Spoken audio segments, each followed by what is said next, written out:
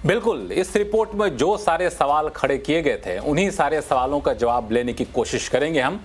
और हर तबके के, कह सकते हैं कि हर पक्ष के हमारे पास मेहमान जुड़े हुए हैं। बीजेपी की प्रवक्ता शायना एनसी हैं, कांग्रेस के प्रवक्ता राकेश सेट्टी हैं, शिवसेना यूबीटी के प्रवक्ता आनंद दुबे हैं, वरिष्ठ पत्रकार हर्षवर्धन त्रिपाठी हैं। आप सभी मेहमानों का बहुत बहुत शुक्रिया हमारे शो में। सबसे पहले शुरुआत शायना आपसे क्यों ना किया जाए, क्योंकि जाहिर तौर पे चुनाव से ठीक पहले सरेआम एक कद्दावर नेता की गोली मारकर हत्या कर दी जाती है। हत्या करने वाला एक शख्स जेल में बैठा हुआ है जो कहता है कि हम इसकी जिम्मेदारी लेते हैं, और दूसरे के भी हत्या करने की बात करता है। तो जाहिर तौर पे कानून व्यवस्था पर सवाल तो उठेंगे, और जब चुनाव नजदीक हो तो राजनीति भी तो होगी। कैसे रोकेंगे इसे, शायना?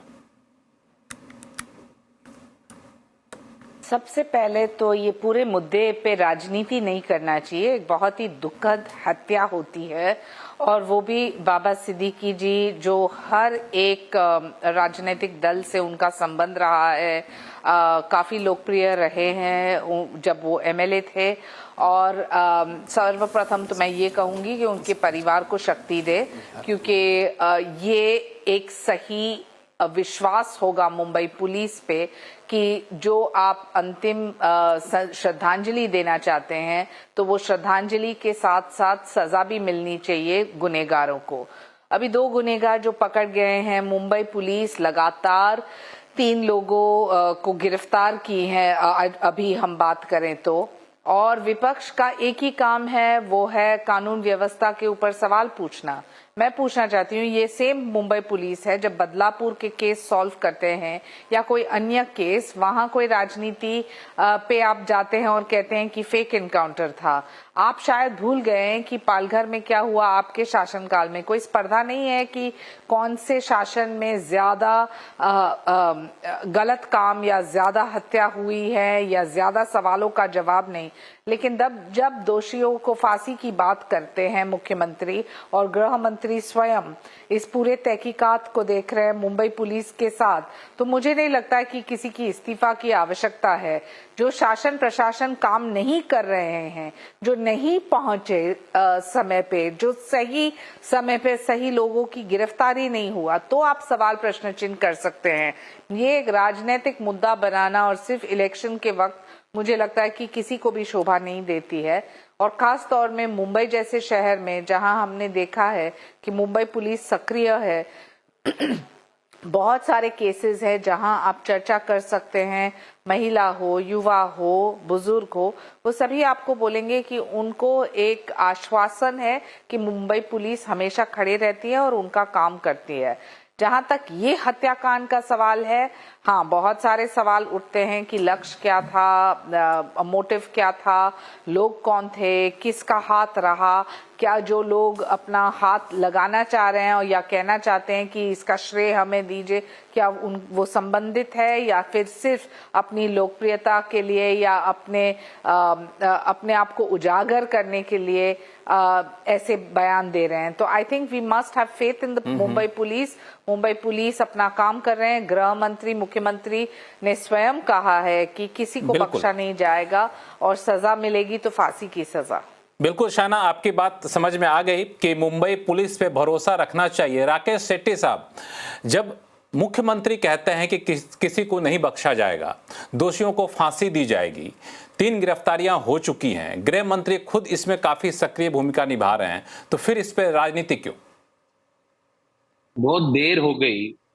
जब 15 दिन पहले आपको पता था, बाबा सिद्दीकी जी ने खुद अपना कंप्लेन दर्ज कराया था कि उनको जब धमकाया गया, तो मुझे लगता है गृह मंत्री को तभी कोई निर्णय लेना चाहिए था, तुरंत उनकी सुरक्षा बढ़ा देना चाहिए था।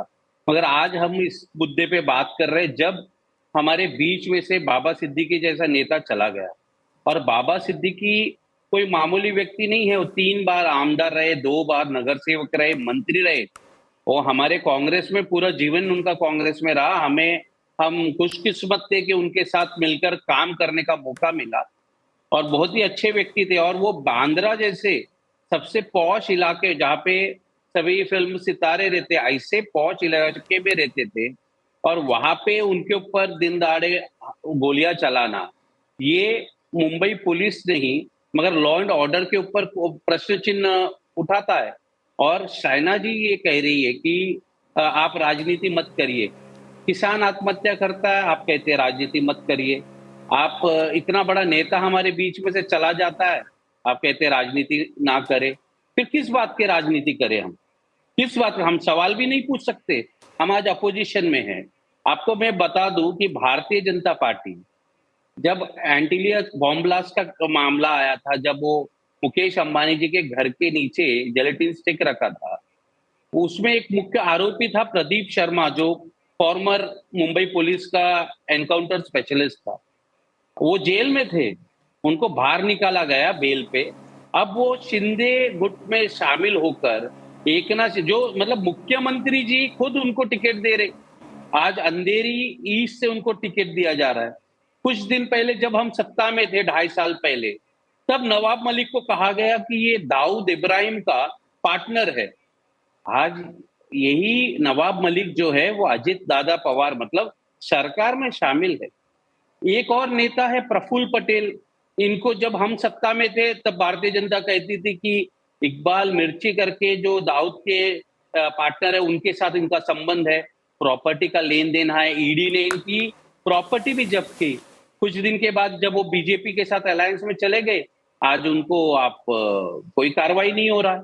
तो हमने देखा कि भारतीय जनता पार्टी है ये शाइना, ये तो आरोप, शाइना ये तो बिल्कुल शेट्टी साहब, ये सवाल का जवाब मैं लूंगा शाइना से। शाइना हमारे साथ जुड़ी हुई है। शाइना, ये तो आरोप वाकई बार बार लगता है आपकी पार्टी पे कि जब तक आपकी पार्टी में शामिल नहीं थे तब तक तरह तरह के आरोप लग रहे थे, अब आपके पास शामिल हो जाते हैं तो फिर आरोप धुल जाते हैं।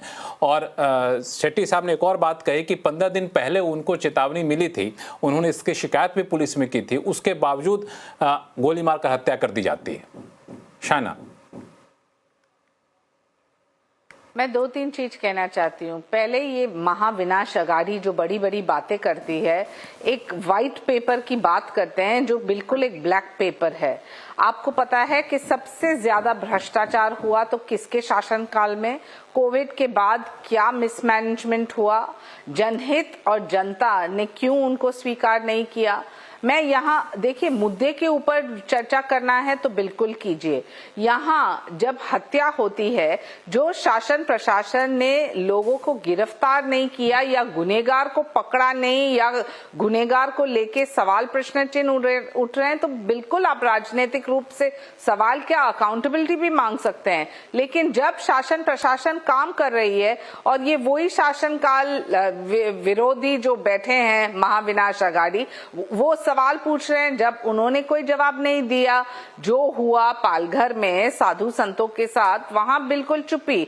यहाँ बाबा सिद्दीकी को लेके इतना बड़ा बवाल बनाना और सिर्फ इलेक्शन के वक्त, तो ये क्या उनकी कन्वीनियंस ऑफ पॉलिटिक्स नहीं है? ये ब्लैक पेपर में इतने सारे मुद्दे पे हम भी जवाब दे सकते हैं। जो लूट मारा था उन्होंने कोविड के बाद, क्यों उनको निकाला गया? क्या, क्यों उनके ही लोग उनको छोड़ के आए? शायद उनको इसकी आपत्ति हो रही है। आज जब आप चर्चा कर रहे हैं, कोई भी नागरिक हो, बाबा सिद्दीकी हो या कोई अन्य नागरिक, हत्या होती है और जो गुनहगार को पकड़ा जाता है और पुलिस कार्रवाई कर रही है, तो भी आप सवाल प्रश्न चिन्ह उठा, और जब नहीं होता है तब आपकी चुप्पी। ये कहाँ का न्याय है? और हरियाणा के बाद सच्चाई ये है, राकेश शेट्टी साहब कुछ बोलना